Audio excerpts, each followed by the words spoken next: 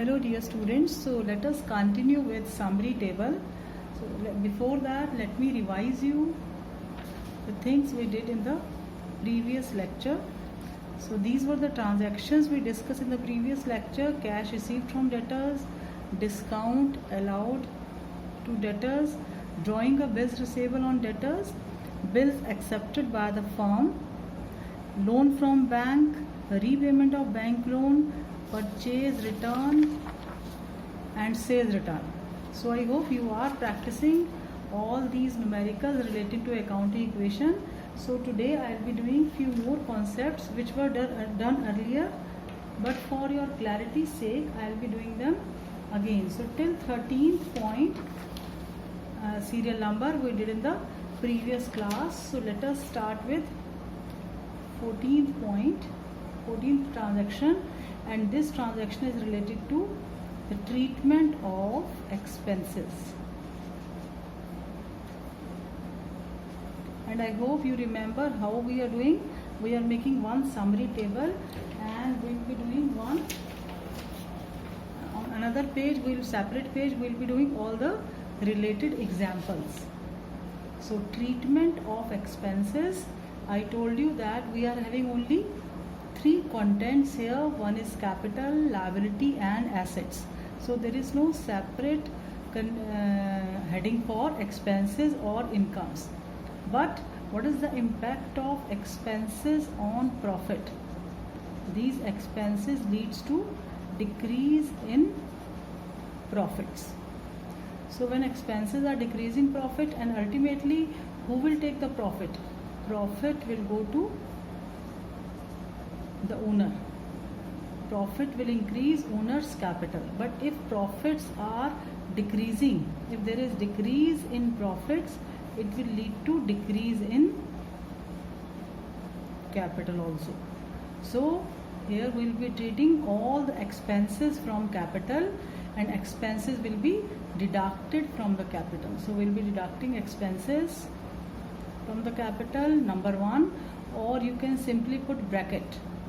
Instead of writing this negative sign, you can put bracket, like for example salary paid, rent paid, or any kind of expenses, wages paid, electricity bill paid, stationery paid, water charges, advertisement paid for, sales promotion expenses, or whatever expenses are there, you will deduct your capital with that expense, and simultaneously you will be reducing your cash by that particular expense. And if suppose you are paying that expense through check, in that case you will be deducting your bank balance.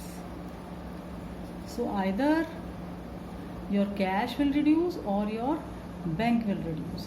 So ultimately I am writing here, these expenses will reduce your capital as well as they will also reduce your cash or reduce your bank balance. So let us do example related to expenses. So let us see how a particular expense is going to impact your capital and cash. So for example, suppose salary paid, there is a transaction of salary paid rupees 60,000.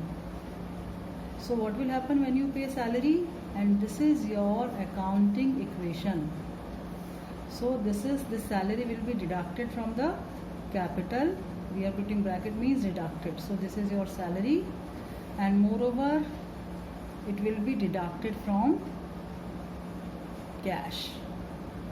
So the impact of this transaction, capital will reduce and asset will reduce.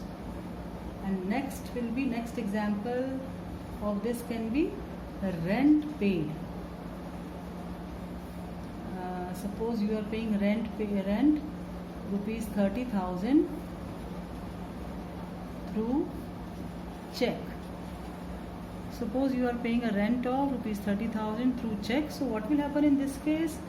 Rent paid is an expense. It will be deducted from the capital, it is a rent paid, and simultaneously on this side no change in cash, but your bank balance will reduce by 30,000. So your accounting equation will be balanced. So we need to check that the impact of each transaction should be such that your accounting equation should be balanced. It should not be disturbed. So now next transaction could be it can be any insurance charge, insurance paid for insurance premium paid. There are many examples. Or water charges paid, electricity bill paid for electricity.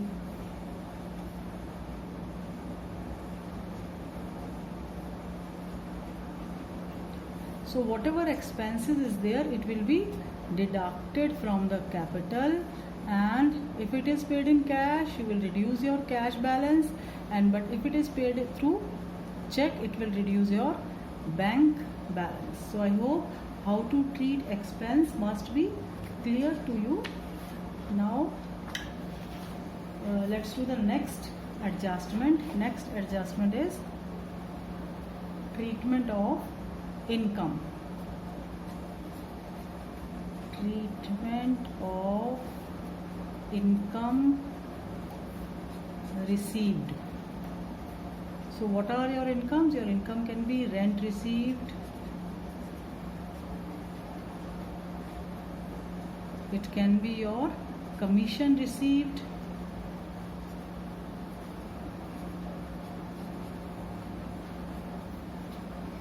or interest received. When you deposit money into the bank, you will receive interest. Likewise, suppose you are having extra premises, you have a big factory, and part of that factory is given on rental basis to some other businessman. So whatever rent you are receiving, that will be your income. Likewise, commission, suppose owner has done some consultation services, so on that suppose he is getting commission, so this will be income for the business. So likewise, rent, commission, interest, dividend. When you purchase shares of another company, then you will be receiving dividend. So all these are your incomes. So what will happen when you receive your income? All these income are going to increase your profits, and if your profits will increase, then definitely your capital is going to increase. And because we are not having separate head for income, so all the incomes will be added to the capital. So it will be added to the capital, first impact, and the second impact is it will be added in cash. Income will be added in cash and income will be added in capital also. So on both sides, left hand side as well as right hand side, capital plus liability, this side as well as this side, you will have a same impact, increase in capital and increase in cash. Or if you are receiving check, suppose you are receiving check for this interest or dividend, in that case you will increase your bank balance. So this is how we treat our income received. So I hope you don't need any example on this. Otherwise, let us take one example relating to rent received. What will happen when you rent received? Let us say the transaction is rent received rupees, let us say 20,000 from the tenant. So when you receive rent of rupees 20,000 from the tenant, in that case you will add this in your capital and it will be added in cash. So cash will increase and capital will increase, and same happen with the other incomes. If you are receiving commission, increase in capital and increase in cash, or it can be bank also. It will depend how you are receiving. If you are receiving through check, then you will increase your bank balance. But if you are receiving cash, then in that case you will increase your cash balance. So likewise, rent received or anything, whatever you are receiving, commission received, dividend received, and so on. So now next will be, let us do the next content, next transaction.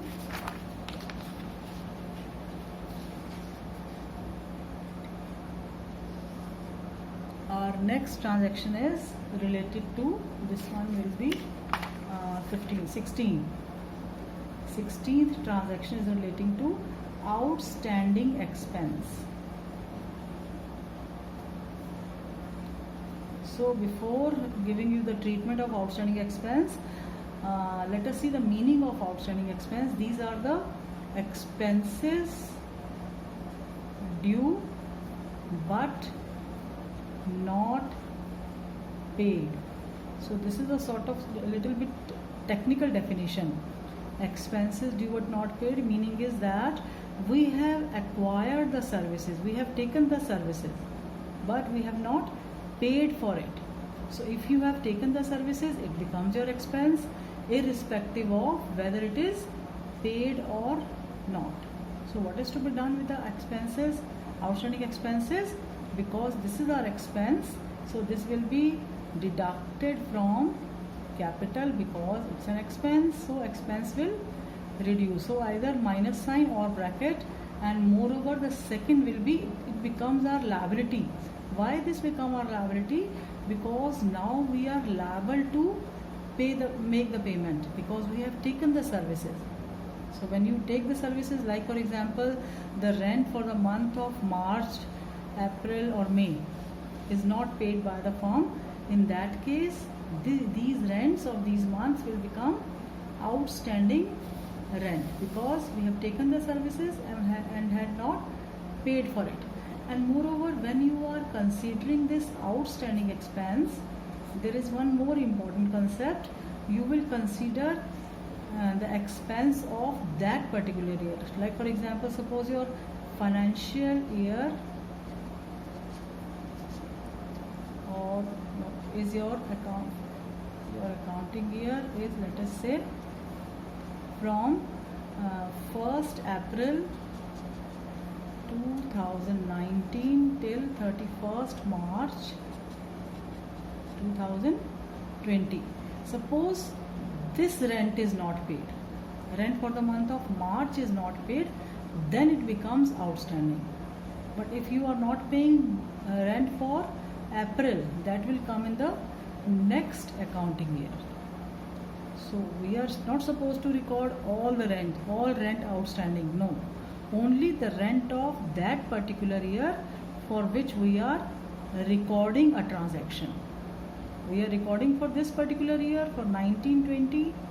So if you are recording for 2019 and 2020, then rent for the month of March will be considered as outstanding.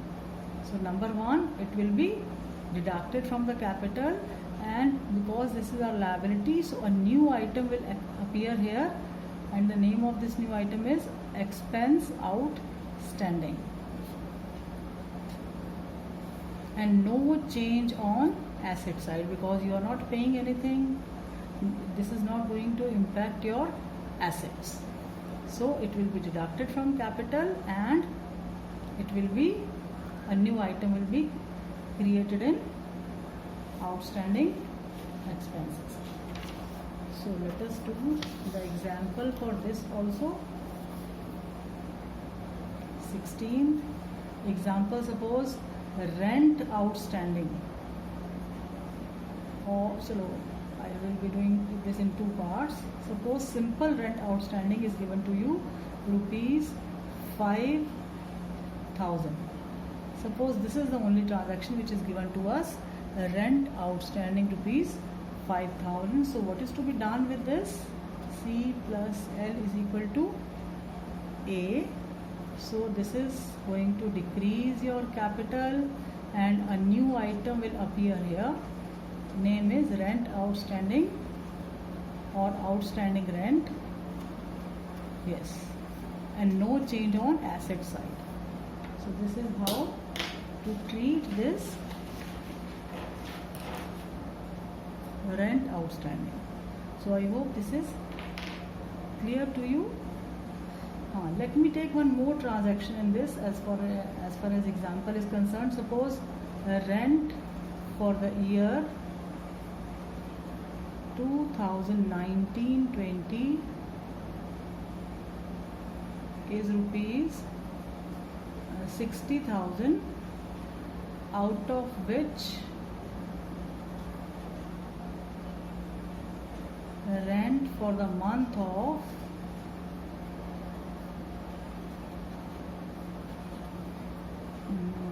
let us say February and March 2020 is due and not paid.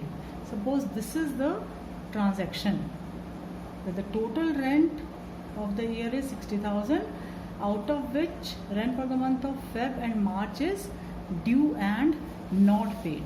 So can you calculate what will be 1 month's rent? So this is for full year. So 12 months rent will be 60,000. So what is 1 month's rent? It will be 60,000 divided by 12. So this will give you rupees 5,000 per month. It means we are paying rent according to rupees 5,000 per month. So what is 2 months rent?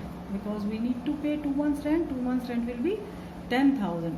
So now we'll be able to analyze this, that out of 60,000, 10,000 is outstanding rent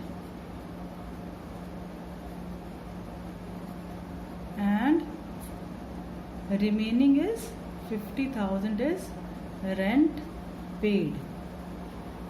So now let us see how to record this in accounting equation. This is my accounting equation. So total rent is 60. So we'll be deducting from the capital total rent 60,000. But out of this 10,000 is still our liability, still outstanding. So we can write here, we'll create a liability, outstanding rent. How much? It will be rupees 10,000. So a new item will be added on liability side. And as far as cash is concerned, how much cash you are paying? We are paying cash of only 50,000. So 50,000 will be deducted from the cash.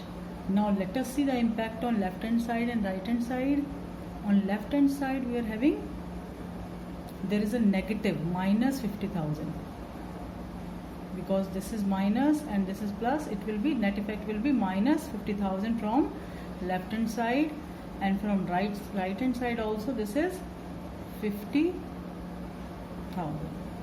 So this is how we treat when mixed transaction is given to you. Here it was single, only rent outstanding was given, so we deducted from the capital and created a new liability. But here it is given along with the rent paid. So total rent is 60. Out of this 2 months rent for Feb and rent for March is due and not paid. So this is how to treat rent outstanding. So now let us move to the next transaction, next type of transaction. Next transaction is relating to prepaid expenses. So what is the nature of prepaid expense? These are the expenses paid in advance. Suppose your accounting year is 2019 and 20 and it will end on 31st March 2020. So it will end on 31st March 2020. But suppose you paid an expense till suppose 30th June 2020. So payment is done till 30th June 2020. So how many months after that? After that, April, May and June. So 3 months advance. So this 3 months advance will be considered as prepaid expenses. And how to deal with prepaid expenses? Because this is not our expense. This is an expense in the next year, so it will not be treated from capital. No adjustment from the capital, though you will not be writing this, but for your for the sake of explanation I am writing, there will be no adjustment. We'll simply put dash here, and then this is not our liability because we are paying in advance. We are moving ahead.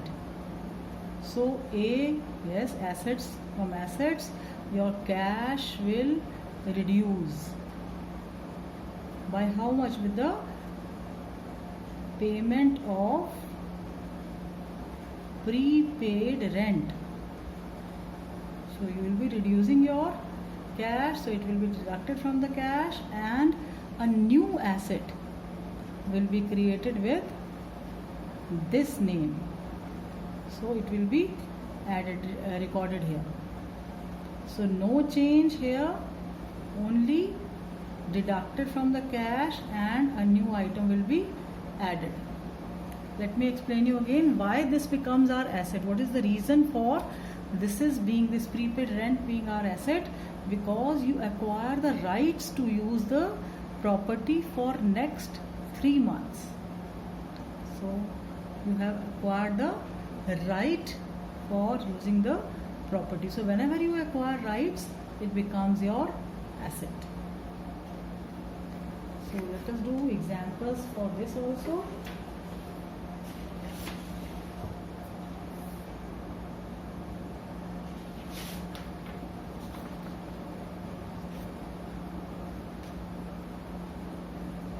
Example relating to prepaid expenses.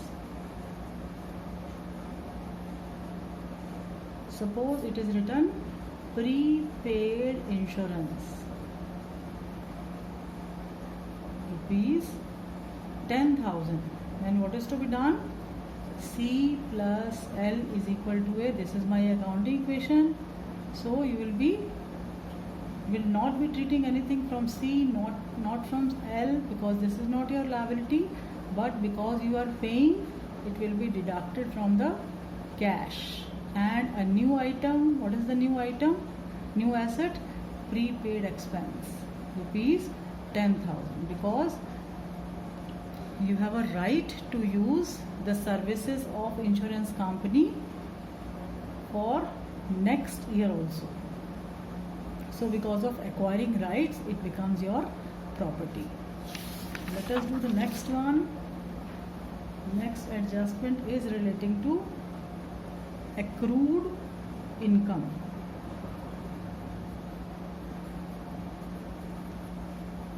What is this accrued income? This means income due but not received. Like for example, your rent received is due but not given by the tenant. Likewise, commission received commission is due. You have done the work but it is not given by the person to whom you provided the services. Likewise, your interest due and not received, your dividend due and not received. So what is to be done? Because this is your income, it will be added in capital, and because it is not received, so nothing is to be done in the cash, nothing here. A new item will be added in asset side. And what is the name of this new item? Name of this item is accrued income. So this will be added. I hope you will be able to see this. This is accrued income, ACCRUED, accrued income. So here it will be added and here it will be added. So added on left hand side, added on right hand side. So this is how we treat accrued income, and this is not going to affect the balancing of accounting equation. Now next is unearned income.